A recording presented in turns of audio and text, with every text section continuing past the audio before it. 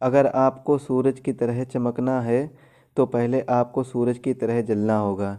Missile man के नाम से जाने जाने वाले और हमारे पूर्व राष्ट्रपति डॉक्टर एपीजे अब्दुल कलाम ने ये बात कही थी। तो इसी के साथ अपनी क्लास का शुभारंभ करते हैं। तो सबसे पहले तो आपको बता दें कि अगर आपको हमारी इस क्लास की पीडीएफ चाहिए तो आप हमारे टेलीग्राम चैनल को ज्वाइन कर सकते हैं, जो कि त्रिवा क्लासेस के नाम से है।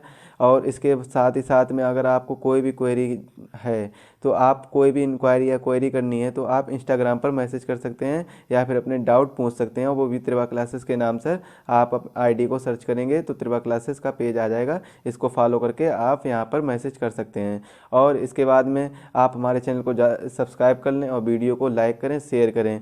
तो आइए स्टार्ट करते हैं आज के इस सेशन में, करेंट अफेयर्स के सेशन में।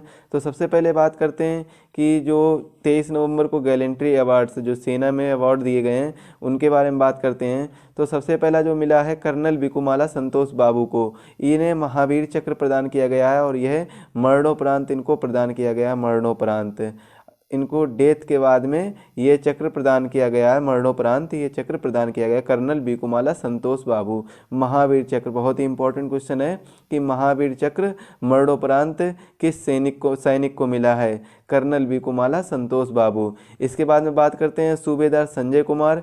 तो सूबेदार संजय कुमार को कीर्ति चक्र प्रदान किया गया है, इनको भी मरणोपरांत यह चक्र मिला है। और इसके बाद बात करते हैं नायब सूबेदार नुदेराम सूरे, इनको मिला है वीर चक्र। वीर चक्र से सम्मानित किया गया है। नायब सूबेदार नुदेराम सूरे को वीर चक्र से सम्मानित किया गया है और इनको भी मरणोपरांत यह चक्र मिला है। और इसके बाद बात करते हैं हवलदार के पलानी। हवलदार के पलानी को वीर चक्र से सम्मानित किया गया है, इनको भी यह मरणोपरांत प्रदान किया गया है। और इसके बाद में सिपाही गुरतेज सिंह, सिपाही गुरतेज सिंह को वीर चक्र प्रदान किया गया है, इनको भी मरणोपरांत यह चक्र प्रदान किया गया है। इसके बाद बात करते हैं मेजर अनुज सूद। तो मेजर अनुज सूद को शौर्य चक्र से सम्मानित किया गया है और इनको यह चक्र मरणोपरांत सम्मानित किया गया है। तो ये जितने भी सैनिक हैं इनको सभी को ये जितने भी चक्र मिले हैं, महावीर चक्र, कीर्ति चक्र, वीर चक्र और शौर्य चक्र, तो इनको क्या हुआ कि मरणोपरांत आफ्टर डेथ, तो इनको डेथ के बाद यह चक्र से सम्मानित किया गया है। सैनिक जो पुरस्कार हैं उनसे सम्मानित किया गया है। महावीर चक्र से सम्मानित किए जाने वाले कर्नल बिकुमाला संतोष बाबू, बहुत ही इंपॉर्टेंट क्वेश्चन है, आप इसको रट लीजिएगा। तो ये आगे आने वाली सभी एग्जाम के लिए बहुत ज़्यादा महत्वपूर्ण हो सकता है। वीडियो को लाइक करें, शेयर करें और ज़्यादा से ज़्यादा दोस्तों के साथ शेयर करें। चैनल को सब्सक्राइब करना बिल्कुल ना भूलें। अगर चैनल को सब्सक्राइब कर दिया है तो बेल आइकन को ज़रूर दबा दें। इसके साथ आगे बढ़ते हैं अगले क्वेश्चन की ओर। तो अगला क्वेश्चन क्या है, अभी गैलेंट्री अवार्ड के बारे में डिस्कस करते हैं। तो हवलदार तेजेंद्र सिंह, हवलदार तेजेंद्र सिंह को वीर चक्र प्रदान किया गया है। और लेफ्टिनेंट कर्नल कृष्ण सिंह रावत, तो लेफ्टिनेंट कर्नल कृष्ण सिंह रावत को प्रदान किया गया है शौर्य चक्र। और मेजर अनिल अर्स को भी शौर्य चक्र से सम्मानित किया गया है। राइफलमैन प्रणब ज्योति दास को शौर्य चक्र से सम्मानित किया गया है। और पैराट्रूपर सोनम शेरिंग तमांग, इनको शौर्य चक्र से सम्मानित किया गया है। विंग कमांडर विशाख नायर को भी शौर्य चक्र से सम्मानित किया गया है। तो ये बहुत ही इंपॉर्टेंट है जो गैलेंट्री अवार्ड है 2021 के, जो अभी ये चल रहा था 23 नवंबर को, इसमें ये सम्मान दिए गए हैं। तो आप इनको रट लीजिएगा, याद कर लीजिएगा, करेंट अफेयर्स के दृष्टि से बहुत ही महत्वपूर्ण क्वेश्चन है। इसके बाद में अब हम इसी के साथ में अपने पहले क्वेश्चन की ओर चलते हैं। अंतर्राष्ट्रीय ऊर्जा एजेंसी, इंटरनेशनल एनर्जी एजेंसी के बयान के मुताबिक क्या किया गया कि ग्लोबल वार्मिंग को कम करने के लिए वर्ष 2030 तक दुनिया को मीथेन उत्सर्जन में कितने प्रतिशत की कटौती का लक्ष्य बनाया है। तो इसमें बताना है कि अंतर्राष्ट्रीय ऊर्जा एजेंसी जो IEA है, इंटरनेशनल एनर्जी एजेंसी, ने बयान के मुताबिक जो ग्लोबल वार्मिंग को कम करने के लिए, ग्लोबल वार्मिंग जो भी हो रही है इसको कम करने के लिए 2030 तक दुनिया को मीथेन उत्सर्जन में कितने प्रतिशत की कटौती का लक्ष्य बनाया है। तो कितने प्रतिशत की कटौती का लक्ष्य बनाया है, इसका राइट आंसर होगा ऑप्शन ए 30%। 30% कटौती का लक्ष्य बनाया है। तो इसके सबसे पहले आपको बता दें मीथेन के बारे में। तो मीथेन होता क्या है, तो मीथेन का जो फार्मूला होता है वो होता है CH4। तो CH4 ये मीथेन का फार्मूला होता है और यह एक हाइड्रोकार्बन है जो प्राकृतिक गैस का प्राथमिक घटक है। यह क्या है? यह एक हाइड्रोकार्बन है जो प्राकृतिक गैस का प्राथमिक घटक है। मतलब क्या है कि primary component of natural gases. It is a hydrocarbon that is a primary component of natural gas. यह एक हाइड्रोकार्बन है जो प्राकृतिक गैस का प्राथमिक घटक है और इसे green gas, green house gas, जो ग्रीन हाउस गैस के नाम से भी जानते हैं, ग्रीन हाउस गैस में ये पाई जाती है जो CH4 मीथेन है ग्रीन हाउस गैस में। और यह रंगहीन और गंधहीन गैस होती है। कैसी होती है? ये रंगहीन होती है, रंगहीन, और इसके साथ में गंधहीन भी होती है, रंगहीन और गंधहीन गैस होती है। और यह ग्रीन हाउस गैस में इसकी मात्रा पाई जाती है, ग्रीन हाउस गैस। और इसके बाद में और बात करा था कि ये जो मीथेन गैस है वो बनती कहाँ से, बनती कैसे है। तो इसके बारे में बात करते हैं कि मीथेन गैस बनती कैसे है। तो मीथेन गैस बनती है, सबसे पहले तो होता है कि सोडियम एसीटेट, सोडियम एसीटेट को सोडियम हाइड्रोक्साइड, सोडियम हाइड्रोक्साइड, किसको किसको? सोडियम एसीटेट और सोडियम हाइड्रोक्साइड और तथा कैल्शियम ऑक्साइड, कैल्शियम ऑक्साइड, इनको साथ में गर्म करके बनाई जाती है। आप सोडियम एसीटेट को, सोडियम हाइड्रोक्साइड को और कैल्शियम ऑक्साइड को गर्म करेंगे तो इसके बाद में क्या बनेगा?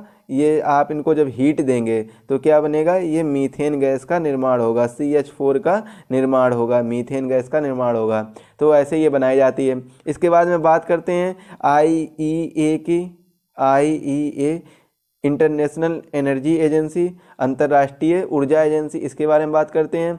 तो जो इसकी स्थापना हुई थी वो हुई थी नवंबर 1974 में, नवंबर 1974 में इसकी स्थापना हुई थी। और इसका जो हेड क्वार्टर है वो पेरिस में है, पेरिस। और पेरिस कहाँ पर है? फ्रांस में है। तो पेरिस फ्रांस में इसके हेड क्वार्टर हैं, पेरिस फ्रांस में। और इसके जो मेंबर हैं, सदस्य हैं, अगर सदस्य की बात करें तो सदस्य कितने, सदस्य इस कितने देश इसके सदस्य हैं? तो इसके 30 देश हैं जो सदस्य कंट्री हैं, सदस्य हैं 30 देश। अगले क्वेश्चन की ओर आगे बढ़ते हैं। प्रधानमंत्री नरेंद्र मोदी 25 नवंबर को किस अंतर्राष्ट्रीय हवाई अड्डे की आधारशिला रखेंगे? ये बहुत ही इंपॉर्टेंट क्वेश्चन है, वेरी वेरी इंपॉर्टेंट क्वेश्चन है। आप इसको डबल स्टार नहीं, ट्रिपल स्टार नहीं, 4th स्टार, जितने स्टार देंगे वो भी कम पड़ जाएंगे। बहुत ही इंपॉर्टेंट क्वेश्चन है। ये इंपॉर्टेंट क्वेश्चन क्यों बनेगा? क्योंकि जहाँ पर ये अंतर्राष्ट्रीय हवाई अड्डे की आधारशिला रखेंगे, जिस जगह पर रखेंगे, क्या है वो? उत्तर प्रदेश में रखेंगे। तो उत्तर प्रदेश की एक जगह पर रखेंगे तो यह उत्तर प्रदेश भारत का पहला ऐसा राज्य बनेगा जहाँ पर 5 इंटरनेशनल एयरपोर्ट होंगे, जहां पर 5 अंतर्राष्ट्रीय हवाई अड्डे होंगे।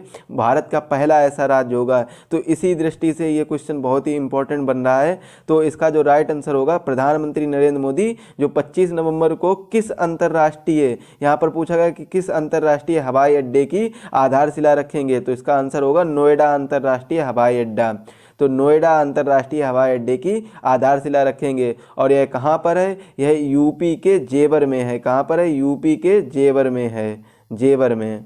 ये जेवर पहनने वाला जेवर नहीं, एक जगह का नाम है जेवर। तो आप लोग जेवर वो वाला मत समझ लीजिएगा, यूपी के जेवर में स्थित है। और आपको ये भी पता होगा कि उत्तर प्रदेश भारत में 5 अंतर्राष्ट्रीय हवाई अड्डों वाला एकमात्र राज्य बनेगा। और इस जो ये वाला एयरपोर्ट बनेगा, ये नोएडा अंतर्राष्ट्रीय हवाई अड्डा, इसकी संभावना ये है कि माना जा रहा है कि ये एशिया का सबसे बड़ा एयरपोर्ट बनेगा। कौन सा बनेगा? एशिया का सबसे बड़ा एयरपोर्ट बनेगा, ऐसा माना जा रहा है, ऐसा अनुमान लगाया जा रहा है कि एशिया का सबसे बड़ा एयरपोर्ट बनेगा। कौन सा एयरपोर्ट बनेगा?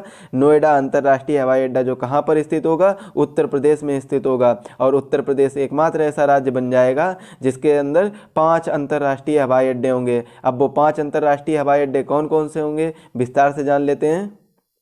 5 अंतर्राष्ट्रीय हवाई अड्डे होंगे तो सबसे पहले तो होगा अयोध्या, अयोध्या अंतर्राष्ट्रीय हवाई अड्डा, अयोध्या। इसके बाद में दूसरा होगा कुशीनगर, कुशीनगर, कुशीनगर हवाई अड्डा होगा। और इसके बाद में होगा लखनऊ, लखनऊ, लखनऊ के बाद में होगा वाराणसी, वाराणसी, वाराणसी के बाद में होगा कौन सा? ये जो इसकी आधारशिला रखी जाएगी नोएडा की, ये हो गए, ये 5 अंतर्राष्ट्रीय हवाई अड्डे होंगे जिनकी जो उत्तर प्रदेश में स्थित होंगे, ये अंतर्राष्ट्रीय हवाई अड्डे होंगे। इसके बाद में बात करते हैं उत्तर प्रदेश की, तो यूपी के हम शॉर्ट में जान लेते हैं कि यूपी की फॉर्मेशन, यूपी की स्थापना कब हुई थी? 24 जनवरी 1950। 24 जनवरी 1950 को उत्तर प्रदेश की स्थापना हुई थी, 24 जनवरी 1950। और यहाँ के गवर्नर कौन है? गवर्नर की बात करें तो आनंदीबेन पटेल। आनंदीबेन पटेल यहाँ की गवर्नर हैं, आनंदीबेन पटेल। और सीएम की बात करें तो सीएम कौन है? योगी आदित्यनाथ। योगी आदित्यनाथ, सभी को पता होगा, योगी आदित्यनाथ यहाँ के सीएम हैं। और डिप्टी सीएम जो हमारे उप मुख्यमंत्री हैं उनकी बात करें तो केशव प्रसाद मौर्य और दिनेश शर्मा यहाँ के उप मुख्यमंत्री हैं। दिनेश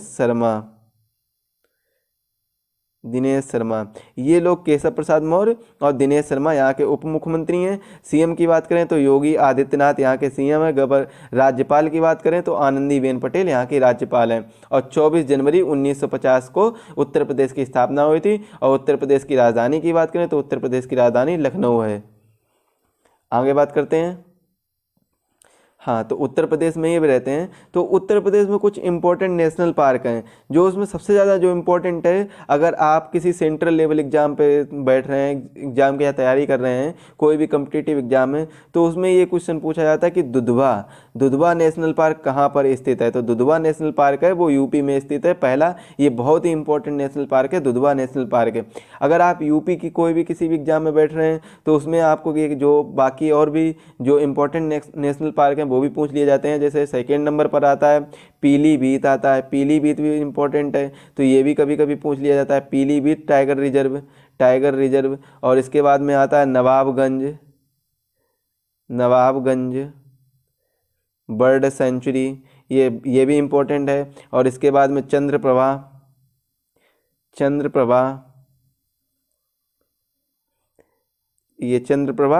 वाइल्ड लाइफ सेंचुरी, ये भी इम्पोर्टेंट है। तो ये ऐसे क्वेश्चन पूछ लिए जाते हैं कि चंद्रप्रभा वाइल्ड लाइफ सेंचुरी कहाँ पर है? उत्तर प्रदेश में।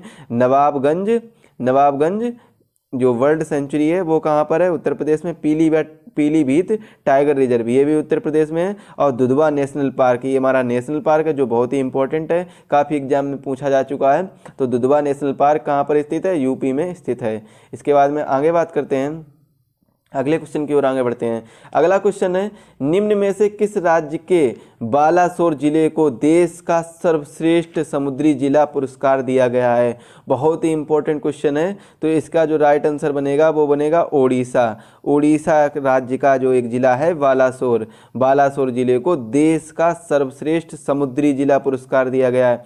अब ये समुद्री जिला पुरस्कार क्यों दिया गया है? क्योंकि यहाँ पर सबसे ज़्यादा जो मछली का उत्पादन किया गया है, इस जिला की बात करें तो जिले में सबसे ज़्यादा मछली का उत्पादन किया गया है। बल्कि अगर पूरे भारत की बात की जाए तो उड़ीसा राज्य में जो उड़ीसा राज्य है वो देश का चौथा सबसे बड़ा मछली उत्पादक राज्य है। और बालासोर है ना, तो इसको सर्वश्रेष्ठ समुद्री जिला का पुरस्कार दिया गया है। किसको दिया गया है? सर्वश्रेष्ठ समुद्री जिला का पुरस्कार दिया गया है बालासोर को। और यह किस राज्य में है? उड़ीसा राज्य में स्थित है, उड़ीसा राज्य में। और उड़ीसा राज्य में अगर 2020 और 21 के डाटा की बात करें, 2020 और 21 के डाटा की बात करें तो 8.73 लाख मीट्रिक टन मछली का उत्पादन किया गया है। ये बहुत ही इंपॉर्टेंट बन जाता है। इसके बाद में देखते हैं, थोड़ी सी इन्फॉर्मेशन और ले लेते हैं कहाँ की? उड़ीसा राज्य के बारे में। जैसा कि आप लोगों को थंबनेल में दिखता है, जो थंबनेल देखकर आप आते हैं कि यहाँ पर करेंट अफेयर्स भी मिल रही है और स्टैटिक जीके भी मिलेगी, तो हम उसी के साथ में जो करेंट अफेयर्स के क्वेश्चन आते हैं उनमें जो स्टैटिक जीके का पोर्शन पड़ता है उसको साथ में ही कवर करते रहते हैं। जैसे नेशनल पार्क हुआ, झील हुई, या फिर किसी राज्य के बारे में फुल डिटेल बतानी है तो वो है। अगर कोई और भी क्वेश्चन आता है, जैसे पॉलिटी से रिलेटेड आता है या हिस्ट्री से रिलेटेड आता है या फिर और अन्य सब्जेक्ट से रिलेटेड आता है, तो उसको भी थोड़ी सी डिटेल या फिर डीपली नॉलेज दे देते हैं, जिससे आपको स्टैटिक के जीके के बारे में थोड़ी सी नॉलेज बनी रहे और आपको ज़्यादा कहीं और भटकने की ज़रूरत ना पड़े। तो इससे बात करते हैं उड़ीसा राज्य की। तो उड़ीसा राज्य की बात करते हैं तो उड़ीसा, जैसा कि आप सभी लोगों को पता है कि उड़ीसा राज्य की कैपिटल क्या है? तो कैपिटल यहाँ की है भुवनेश्वर। क्या है? भुवनेश्वर यहाँ की कैपिटल है। राजधानी क्या है? भुवनेश्वर यहाँ की राजधानी है। और गवर्नर राज्यपाल कौन है? गणेशी लाल। ये पहले भी वीडियो में आ चुका है, गणेशी लाल यहाँ के राज्यपाल हैं। और सीएम की बात करें तो मुख्यमंत्री की बात करें तो मुख्यमंत्री हैं नवीन पटनायक। नवीन पटनायक यहाँ के मुख्यमंत्री हैं। ये बहुत ही इंपॉर्टेंट है क्योंकि ये काफ़ी ज़्यादा करंट अफेयर्स जो वीडियो बना चुके हैं इससे पहले, उसमें 2-3 बार ये उड़ीसा राज्य के बारे में आ चुका है। और यहाँ की लोकसभा सीटों की बात करें तो लोकसभा की सीटें 21 हैं और राज्यसभा सीटों की बात करें तो राज्यसभा की सीटें 10 सीटें हैं। लोकसभा की 21 हैं और राज्यसभा की 10 सीटें यहाँ पर हैं। और यहाँ के एरिया की बात करें, यहाँ जो उड़ीसा राज्य के एरिया की बात करें, यहाँ के क्षेत्रफल की बात करें तो क्षेत्रफल यहाँ का बनता है 1,55,707 किलोमीटर स्क्वायर, यानी मतलब 1,55,707 वर्ग किलोमीटर यहाँ का क्षेत्रफल है। और जो क्षेत्रफल के रैंक के हिसाब से बात करें तो इंडिया में कितने स्थान पर है? 8वें स्थान पर है। 8th रैंक है इसकी क्षेत्रफल के अकॉर्डिंग। और यहाँ पर कुछ इंपॉर्टेंट नेशनल पार्क दिए गए हैं, तो नेशनल पार्क को याद कर लेते हो। नेशनल पार्क कौन कौन से हैं यहाँ पर? एक तो सिमलीपाल। सिमलीपाल नेशनल पार्क बहुत ही इंपॉर्टेंट है, ये बहुत ही ज़्यादा बार पूछा जा चुका है एग्जाम में। सिमलीपाल नेशनल पार्क ये बहुत ज़्यादा इंपॉर्टेंट है। और इसके बाद में आता है भीतरकनिका नेशनल पार्क। तो भीतरकनिका नेशनल पार्क भी इंपॉर्टेंट है लेकिन इतना खास इंपॉर्टेंट नहीं है, लेकिन सबसे ज़्यादा कौन सा इंपॉर्टेंट है? सिमलीपाल। और इसके बाद में एक और आता है कि चिलिका विल्ड लाइफ सेंचुरी। तो चिलिका विल्ड लाइफ सेंचुरी ये बहुत इंपॉर्टेंट बन जाता है। चिलिका विल्ड लाइफ सेंचुरी ये काफ़ी बार पूछा जा चुका है। और एक आपको लेक की बात करेंगे, अगर लेक के बारे में बताएं, झील के बारे में बताएं, तो यहाँ पर एक झील है चिलिका झील। ये बहुत ज़्यादा इंपॉर्टेंट है, काफ़ी बार एग्जाम में आई। और जो 24 अक्टूबर 2021 वाला जो UP-PCS का एग्जाम हुआ था उसमें केवल चिलिका झील से ही संबंधित 2 क्वेश्चन पूछ लिए गए थे। एक बार पूछ लिया गया था कि खारे पानी की सबसे बड़ी झील कौन सी है? चिलिका झील है जो उड़ीसा में है। और एक बार पूछ लिया गया था कि लैगून झील को कौन सी झील के नाम से जानते हैं? तो चिलिका झील उसका भी आंसर होगा। तो दोनों क्वेश्चन को एक साथ पूछ लिया गया था। तो ये आपको बता दें, खारे पानी की सबसे बड़ी झील कौन सी है? चिलिका झील है। लैगून झील को किस नाम से जानते हैं? जो लैगून झील वो भी चिलिका झील होती है। और इसके बाद में अगर चिलिका झील की बात करें तो 1165 किलोमीटर स्क्वायर का इसका क्षेत्रफल है। 1165 किलोमीटर स्क्वायर इसका क्षेत्रफल है। एरिया कितना है? 1165 किलोमीटर स्क्वायर। और वर्ल्ड हेरिटेज साइट इसे 1 अक्टूबर 1981 में इसे बना दिया गया था। इसमें हम ज़्यादा डिटेल से लिख लिए नहीं रहे हैं क्योंकि पिछले वीडियो में हम इसको पूरा डिटेल से बता चुके हैं। तो आपको अगर देखना है तो पिछले वीडियो में जाकर करेंट अफेयर्स की जो प्लेलिस्ट मैंने चैनल पर प्रोवाइड करा दी है तो आप वहां से सारी करेंट अफेयर्स को देख सकते हैं। और जुलाई से अक्टूबर तक की जो 2021 की करेंट अफेयर्स है उससे रिलेटेड जो भी टॉप 600 क्वेश्चन बनते हैं तो उन टॉप 600 क्वेश्चन को कवर कराया गया है। तो आप वहां पर जाकर करेंट अफेयर्स वाली प्लेलिस्ट में जाकर वहां पर उसको कुछ वीडियो को चेकआउट कर सकते हैं। तो वीडियो को जरूर देखिए, वीडियो को शेयर करिए, लाइक करिए दोस्तों के साथ ज़्यादा से ज़्यादा शेयर करिए और आप ज़्यादा से ज़्यादा लाइक करिए। इसके बाद में आगे बढ़ते हैं अगले क्वेश्चन की ओर। और अगले क्वेश्चन से आगे बढ़ने की ओर आपसे एक उम्मीद करता हूं कि आप कम से कम 150 प्लस इसको शेयर करेंगे, 150 प्लस लोगों के साथ शेयर करेंगे और 200 लाइक इस पे लाएंगे। तो ये टारगेट रहेगा, ये आपका टारगेट रहेगा कि आपको ये कंप्लीट करवाना है किसी भी तरीके से। 200 प्लस लाइक करने हैं, 150 प्लस शेयर करना है, ये आपके लिए टारगेट है। और आप ये भी याद रखिए, आप जब भी सुबह उठते हैं तो आपको एक टारगेट सेट करना होता है कि हमको आज दिन में ये अचीव करना है। तो आप जब तक आप टारगेट सेट नहीं करेंगे तब तक आप कोई भी अचीवमेंट नहीं कर पाएंगे। जैसा कि वीडियो के स्टार्टिंग में ही पहले मैंने बताया था कि डॉक्टर APJ अब्दुल कलाम ने क्या कहा था कि अगर सूरज की तरह चमकना है तो सूरज की तरह जलना होगा। तो अगर आपको भी कोई बड़ा काम करना है तो उसके लिए आपको उस मेहनत करनी होगी। तो इसीलिए आप मेहनत करिए, दिन भर पढ़ते रहिए और ज़्यादा से ज़्यादा इधर उधर से बातों पर कम ध्यान दीजिए और ज़्यादा से ज़्यादा पढ़ाई पर ज़्यादा ध्यान दीजिए। तो इसके बाद में हम क्या देखते हैं कि बात करते हैं निम्न में से, चौथे क्वेश्चन की ओर चलते हैं, निम्न में से किस राज्य सरकार ने हाल ही में वैश्विक फिनटेक हब बनने के लिए फिनटेक गवर्निंग काउंसिल की स्थापना की? ये बहुत ही इंपॉर्टेंट क्वेश्चन है कि निम्न में से किस राज्य सरकार ने हाल ही में वैश्विक फिनटेक हब बनने के लिए फिनटेक गवर्निंग काउंसिल की स्थापना की है? तो ये बहुत इंपॉर्टेंट क्वेश्चन बन जाता है। तो इसका जो राइट आंसर होगा वो होगा ऑप्शन डी, तमिलनाडु राज्य सरकार। तमिलनाडु सरकार ने ये फिनटेक गवर्निंग काउंसिल की स्थापना की है। किसके लिए की है? फिनटेक, वैश्विक फिनटेक हब बनने के लिए फिनटेक गवर्निंग काउंसिल की स्थापना की है। तो इसको बता दें कि तमिलनाडु में क्या किया गया, तमिलनाडु सरकार ने हाल ही में जो फिनटेक गवर्निंग काउंसिल की स्थापना उद्योग मंत्री, अब उद्योग मंत्री कौन है वहाँ के थंगम थेना रासु ने क्या किए कि इनकी अध्यक्षता में वैश्विक फिनटेक हब बनने के लिए फिनटेक गवर्निंग काउंसिल की स्थापना की है। जबकि इसके जो मुख्य सचिव थे, इसके मुख्य सचिव थे इराई अंबू, गवर्निंग काउंसिल के उपाध्यक्ष के रूप में कार्य करेंगे। जो ये गवर्निंग काउंसिल बनेगी तो ये गवर्निंग काउंसिल के जो मुख्य सचिव होंगे वो उपाध्यक्ष के रूप में काम करेंगे, जो इराई अंबू जो गवर्निंग काउंसिल के उपाध्यक्ष के रूप में काम करेंगे। और ये कहाँ पर ये करेगी? तमिलनाडु राज्य सरकार ये करेगी। इसके बाद में बात करें तमिलनाडु के बारे में, तो तमिलनाडु राज्य के बारे में ब्रीफ डिस्कशन ले लेते हैं। तो तमिलनाडु राज्य, सबसे पहले क्या करते हैं कि तमिलनाडु राज्य की स्थापना कब हुई? तो 26 जनवरी 1950 को तमिलनाडु राज्य की स्थापना की गई। 26 जनवरी 1950, ये आप नोट कर लीजिएगा। और यहाँ के जो सीएम हैं, सीएम कौन है? एम.के. स्टालिन यहाँ के सीएम है। एम.के. स्टालिन, बहुत ही इंपॉर्टेंट क्वेश्चन बनता है। एम.के. स्टालिन यहाँ के सीएम है। और गवर्नर है, यहाँ के जो गवर्नर हैं वो कौन है? गवर्नर है आर.एन. रवि यहाँ के गवर्नर हैं, राज्यपाल हैं आर.एन. रवि। इसके बाद में आगे देखते हैं अगले क्वेश्चन की ओर। तो अगला क्वेश्चन आएगा, क्वेश्चन नहीं पहले हम इसी में देख लेते हैं। तो तमिलनाडु का जो तमिलनाडु राज्य है इसका क्षेत्रफल कितना है? इसका क्षेत्रफल है 1,30,058, 1,30,058 इसका क्षेत्रफल है। तो इसकी रैंक की बात करें तो ये 10वें स्थान पर स्टैंड करता है क्षेत्रफल के हिसाब से। ये भारत का 10वां राज्य है। और इसके बाद में ये किस जगह पर पड़ता है? कौन से घाट में पड़ता है? कौन से तट में पड़ता है? तो यह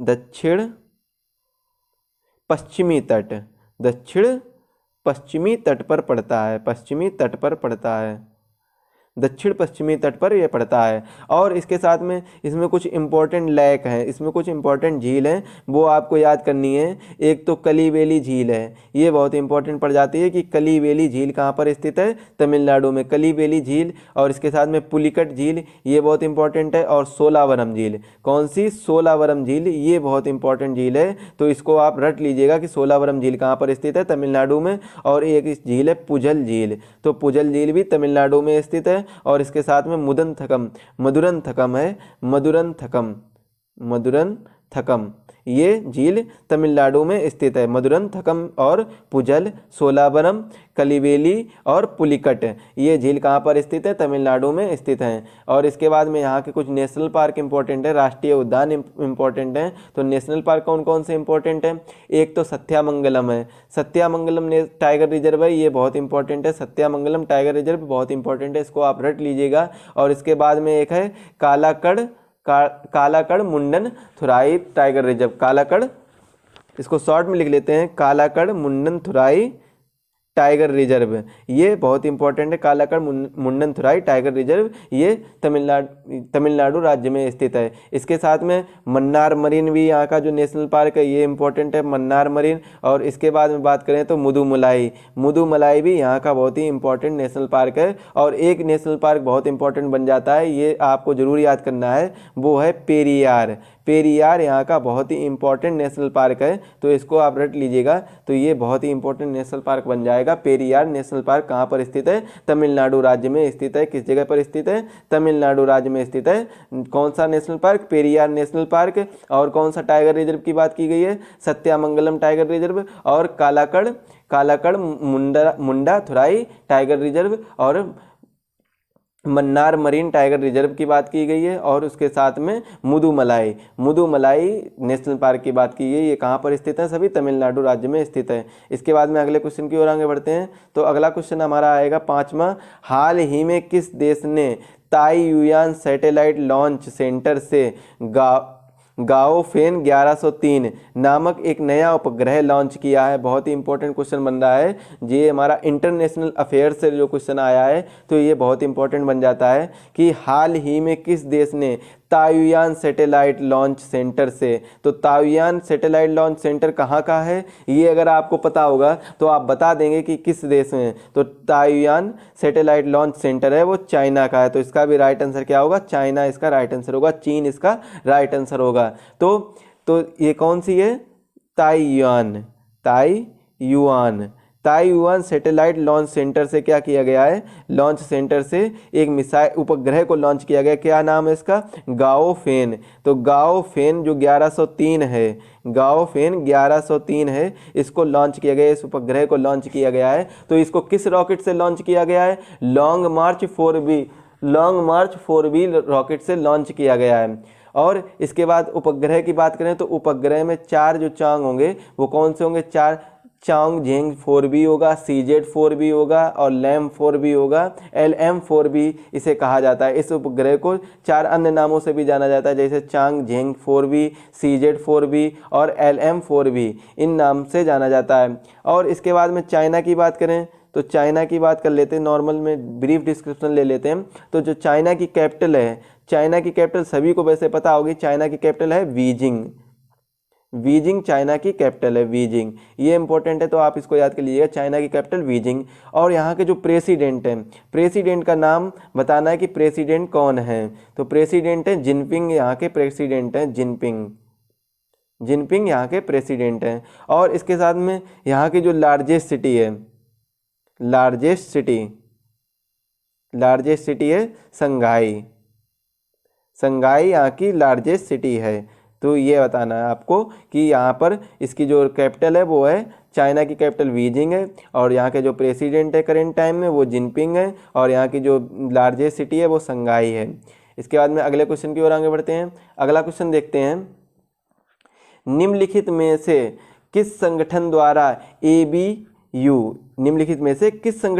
ABU के सहयोग से टुगेदर फॉर पीस पहल के तहत पुरस्कार दिए गए हैं? बहुत इंपॉर्टेंट क्वेश्चन बन जाता है कि किस संगठन द्वारा ABU के सहयोग से, किसके सहयोग से? ABU के सहयोग से टुगेदर फॉर पीस पहल के तहत पुरस्कार दिए गए हैं। तो इसका जो राइट आंसर होगा वो होगा ऑप्शन सी, यूनेस्को द्वारा ABU के सहयोग से टुगेदर फॉर पीस पहल के तहत पुरस्कार दिए गए हैं।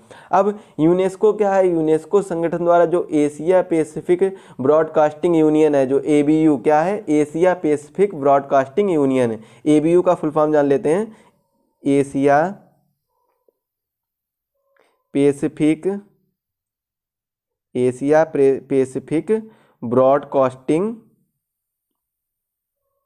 ब्रॉडकास्टिंग यूनियन, ये ABU का फुल फॉर्म है, एशिया पैसिफिक ब्रॉडकास्टिंग यूनियन। तो ये ABU के सहयोग से टुगेदर फॉर पीस पहल के तहत पुरस्कार दिए। किसने दिए? यूनेस्को ने दिए हैं। तो इसके बारे में डिटेल में जान लेते हैं कि यूनेस्को संगठन द्वारा जो एशिया पैसिफिक ब्रॉडकास्टिंग यूनियन के सहयोग से टुगेदर फॉर पीस पहल के तहत पुरस्कार दिए गए हैं, जिसमें दूरदर्शन के कार्यक्रम जैसे definitely leading the way and कौन सा होता है?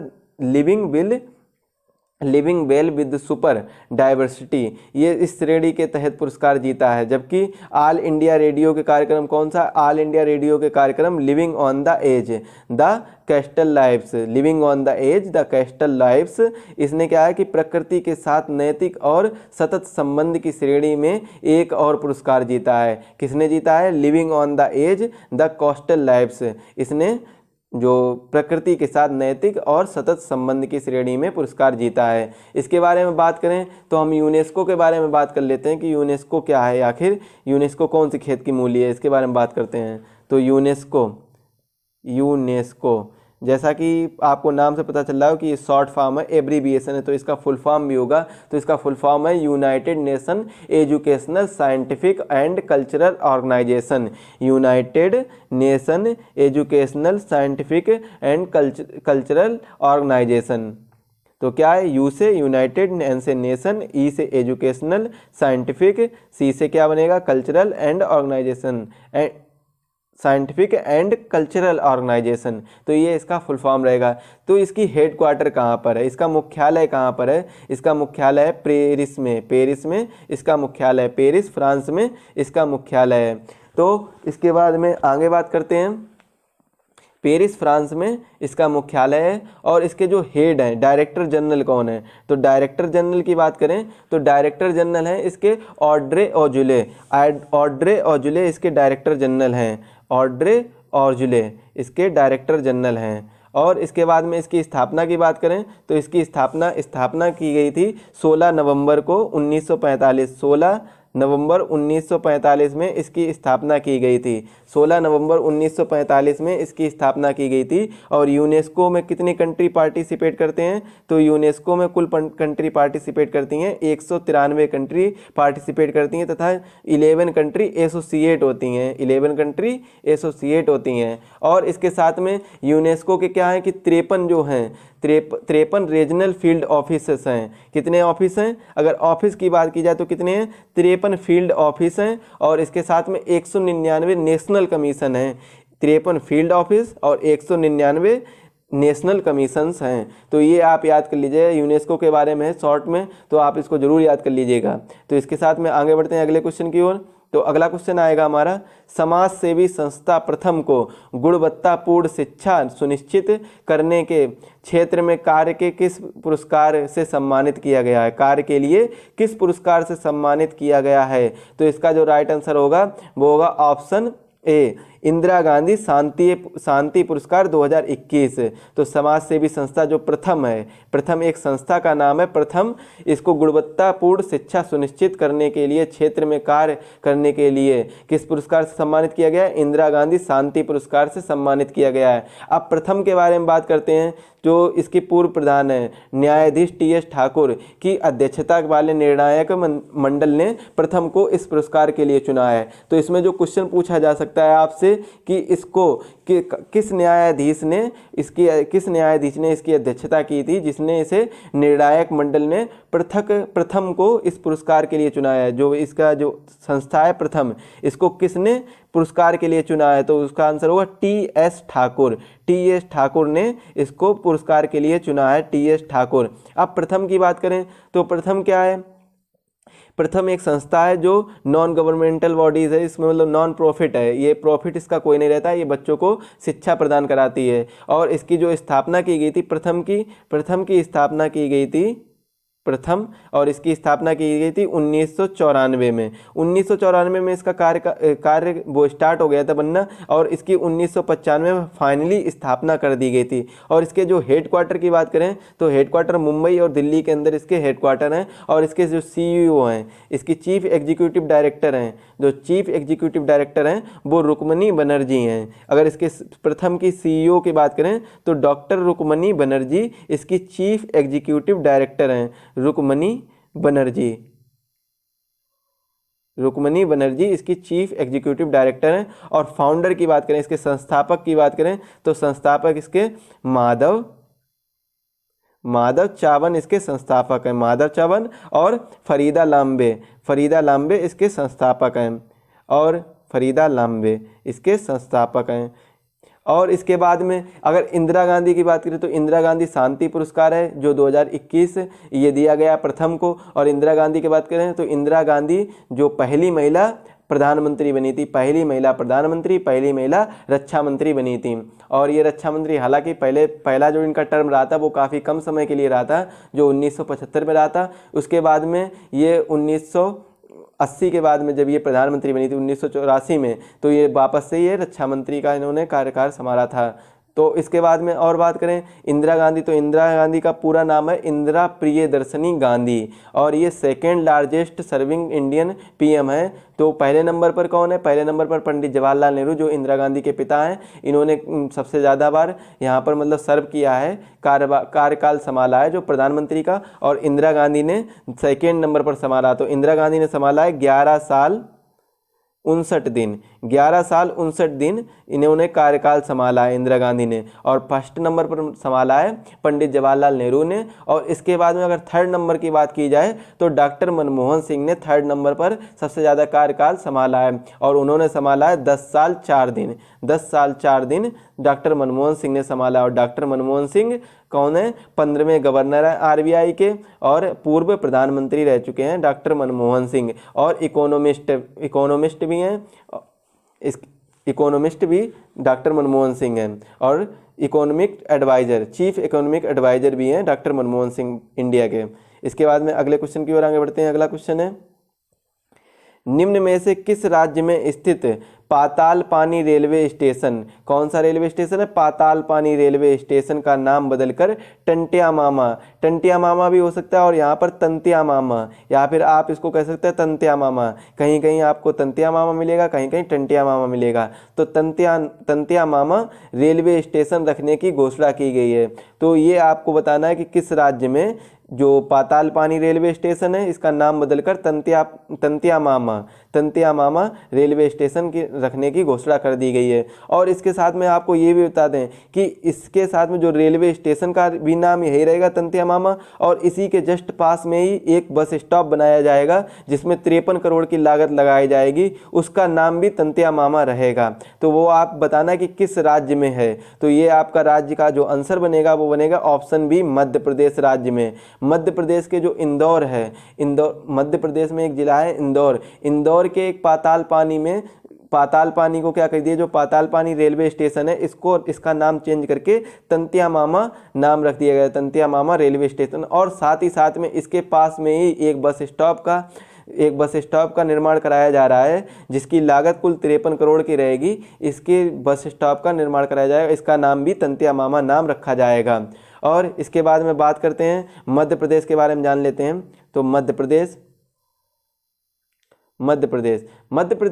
सबसे पहले तो बात करते हैं कि इसकी स्थापना कब हुई थी। 1 नवंबर 1956 को मध्य प्रदेश की स्थापना हुई थी। और यहाँ की जो कैपिटल है वो है भोपाल यहाँ की राजधानी है, मध्य प्रदेश की राजधानी भोपाल है। और राज्यपाल की बात करें तो राज्यपाल यहाँ के हैं MC पटेल, यहाँ के राज्यपाल हैं MC पटेल। और यहाँ के मुख्यमंत्री की बात करें, CM की बात करें तो शिवराज सिंह चौहान यहाँ के मुख्यमंत्री हैं, शिवराज सिंह चौहान। और ये बीजेपी पार्टी से संबंधित हैं, शिवराज सिंह चौहान यहाँ के मुख्यमंत्री हैं। राज्यसभा सीटों की बात करें तो राज्यसभा की सीटें हैं 11 सीटें हैं, और लोकसभा सीटों की बात करें तो लोकसभा की सीटें 29 सीटें हैं। और आपको एक कमेंट करके क्वेश्चन बताना है कि भारत के किस राज्य में सबसे ज़्यादा लोकसभा सीटें हैं, भारत के किस राज्य में सबसे ज़्यादा लोकसभा सीटें हैं। और आपके ऑप्शन रहेंगे उत्तर प्रदेश, मध्य प्रदेश, बिहार और ओडिशा, ये आपके ऑप्शन रहेंगे। इसमें आपको बताना है कि इसमें से किस में सबसे ज़्यादा लोकसभा की सीटें हैं, तो ये आपको बताना है। और इसके बाद में मध्य प्रदेश के बारे में बात करें तो मध्य प्रदेश का जो एरिया है, मध्य प्रदेश का एरिया है 3,08,245 किलोमीटर स्क्वायर वर्ग किलोमीटर, 3,08,245 वर्ग किलोमीटर यहाँ का जो कुल एरिया है, कुल क्षेत्रफल है। और इसकी रैंक की बात करें तो क्षेत्रफल के हिसाब से भारत का दूसरा राज्य है, सेकेंड नंबर पर है, सेकेंड नंबर पर यह है राज्य मध्य प्रदेश। एक बार फिर से देख लेते हैं कि 3,08,245 वर्ग किलोमीटर इसका जो क्षेत्रफल है, और क्षेत्रफल के हिसाब से यह सेकेंड रैंक पर है, दूसरे स्थान पर है भारत के राज्य में। और यहाँ के जो नेशनल पार्क की बात करें तो सबसे ज़्यादा एक नेशनल पार्क इंपॉर्टेंट है, वो है Kanha national park. Kanha national park और दूसरा इंपॉर्टेंट है पन्ना नेशनल पार्क। ये दोनों नेशनल पार्क बहुत ज़्यादा इंपॉर्टेंट नेशनल पार्क हैं, ये काफ़ी बार कई एग्जाम में पूछे जा चुके हैं। और इसके बाद में और भी कई नेशनल पार्क हैं, जैसे सतपुड़ा नेशनल पार्क है, वन विहार नेशनल पार्क है, इंदिरा प्रियदर्शनी गांधी है, इंदिरा गांधी नेशनल पार्क है, और इसे पेंच के नाम से भी जाना जाता है, पेंच के नाम से भी जाना जाता है। ये भी नेशनल पार्क यहाँ पर मध्य प्रदेश में स्थित है। इसके साथ में संजय नेशनल पार्क भी यहीं पर स्थित है, संजय नेशनल पार्क भी मध्य प्रदेश में स्थित है, संजय नेशनल पार्क है। और इसके साथ में पन्ना नेशनल पार्क हो गया और बांधवगढ़ नेशनल पार्क स्थित हो गया। अब बांधवगढ़ नेशनल पार्क है, ये सफ़ेद बाघों के लिए प्रसिद्ध है, सफ़ेद बाघ, यहाँ पर सबसे ज़्यादा सफ़ेद बाघ पाए जाते हैं। ये क्वेश्चन आप नोट कर लीजिएगा, बहुत ज़रूरी क्वेश्चन है कि सफ़ेद बाघ कौन से राष्ट्रीय उद्यान में पाए जाते हैं, तो वो उसका राइट आंसर होगा बंधवगढ़। तो बंधवगढ़ में सफ़ेद नेशनल पार्क पाए जाते हैं, बंधवगढ़ में सफ़ेद नेशनल पार्क पाए जाते हैं। इसके बाद में और यहाँ पर कुछ इम्पोर्टेंट झीलें हैं, जैसे कौन कौन सी झील है, एक तो लोअर झील है और भोजताल झील है, भोजताल झील ये बहुत इंपॉर्टेंट है, और मोती झील भी बहुत इंपॉर्टेंट है। ये यहाँ की कुछ इंपॉर्टेंट झीलें हैं, तो आप इनको भी याद कर लीजिएगा। और सबसे ज़्यादा आप यहाँ पर ध्यान दीजिएगा कि सफ़ेद बाघ किस राष्ट्रीय उद्यान में पाए जाते हैं, तो बंधवगढ़ राष्ट्रीय उद्यान है, जहाँ पर सफ़ेद बाघ के लिए फेमस है। इसके बाद में अगले क्वेश्चन की ओर आगे बढ़ते हैं। अगला क्वेश्चन है, भारतीय रेल मंत्री का नाम बताना है। आपको भारतीय रेल मंत्री का नाम बताना है। अगर आप चाहें तो इसके आगे नहीं भी पढ़ सकते हैं, क्योंकि अगर आपको पता होगा, रटा होगा, तो अगर क्वेश्चन ये पूछा जाएगा परीक्षा में तो आप डायरेक्ट बता देंगे कि अश्वनी वैष्णव भारतीय रेल मंत्री कौन है, अश्वनी वैष्णव। लेकिन हम आगे देखते क्वेश्चन को, भारतीय रेल मंत्री का नाम बताइए जिन्होंने हाल ही में पर्यटन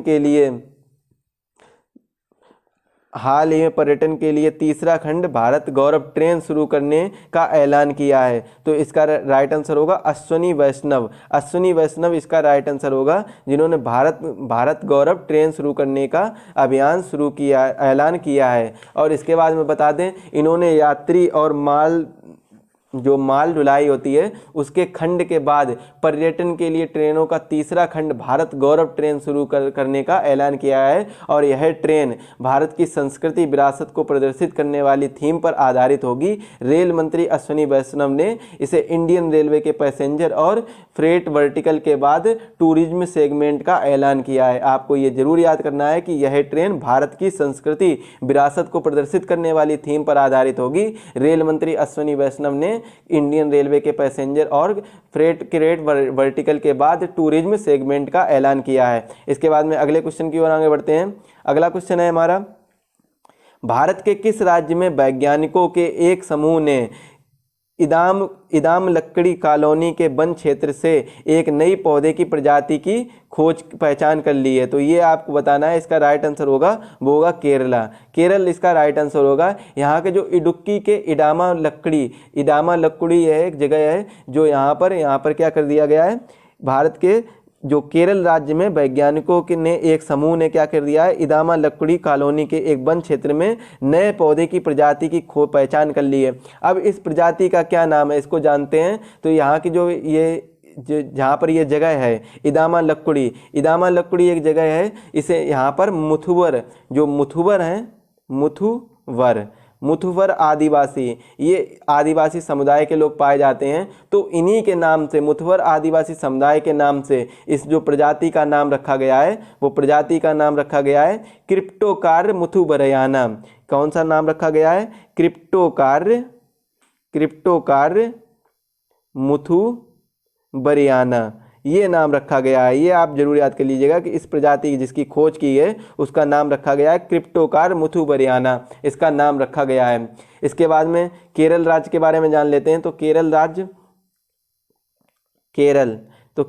के बारे में जान लेते हैं। केरल की स्थापना कब हुई थी? 1 नवंबर 1956 को इसकी स्थापना हुई थी। और यहाँ की जो राजधानी है, इसकी कैपिटल है, केरल की कैपिटल है तिरुवनंतपुरम या इसकी कैपिटल है, तिरुवनंतपुरम इसकी कैपिटल है। और यहाँ के जो गवर्नर हैं वो गवर्नर आरिफ मोहम्मद खान यहाँ के गवर्नर हैं। और चीफ मिनिस्टर की बात करें, सीएम की बात करें तो पिनाराई विजयन यहाँ के चीफ मिनिस्टर हैं। पिनाराई विजयन यहाँ के सीएम हैं, चीफ मिनिस्टर हैं, मुख्यमंत्री हैं। और यहाँ पे पार्लियामेंट्री टर्म के हिसाब से देखें तो राज्यसभा की जो सीटें हैं वो राज्यसभा की 9 सीटें हैं और लोकसभा की 20 सीटें यहाँ पर पाई जाती हैं। और इसके एरिया की बात करें, क्षेत्रफल की बात करें तो क्षेत्रफल इसका 38,863 वर्ग किलोमीटर है इसका क्षेत्रफल। और रैंक की बात करें तो क्षेत्रफल के हिसाब से भारत का 21वां राज्य है, 21st रैंक है इसकी।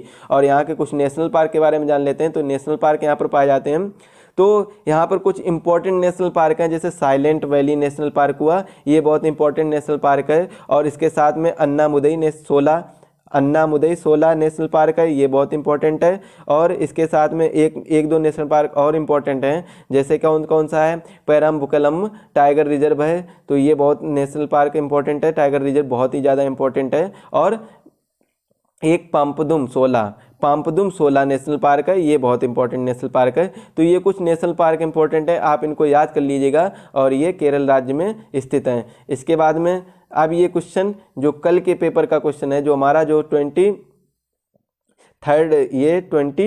नवंबर का है, 23 नवंबर का ये क्वेश्चन है। तो इसमें आप देख लेते हैं, भारतीय फुटबॉल की आवाज़ के नाम से पहचाने जाने वाले निम्न में से किस खिलाड़ी का लंबी बीमारी के बाद निधन हो गया था। तो अगर आपने 23 नवंबर की अगर करेंट अफेयर्स देखी होगी तो इसमें मैंने ये क्वेश्चन पुटअप किया था आप लोगों के लिए, और इसमें आपको हिंट भी दिया था कि जिनका निधन हुआ है वो दिल्ली यूनिवर्सिटी के खालसा कॉलेज में वो प्रोफेसर भी रहे थे, और साथ ही साथ में उन्हें फुटबॉल की आवाज़ के नाम से भी जाना जाता है। और उनका जो निधन हुआ था वो निधन हुआ था 18 नवंबर 2021 को उनका निधन हुआ था। तो इसका जो राइट आंसर होगा, भारतीय फुटबॉल की आवाज़ के नाम से पहचाने जाने वाले किस खिलाड़ी का लंबी बीमारी के बाद निधन हो गया, तो इसका राइट आंसर होगा ऑप्शन सी, नोवी कपाडिया इसका राइट आंसर होगा। इसके बाद में ये आप लोगों के लिए क्वेश्चन है, इसका आंसर आप कमेंट करके बता सकते हैं, या तो आप अपनी कॉपी में नोट कर लीजिएगा। मैं इसका आंसर आप कल की करेंट अफेयर्स में आपको बताऊंगा, जो 25 नवंबर की करंट अफेयर्स होगी उसका मैं डिस्क्रिप्शन सहित इसका आंसर बताऊंगा।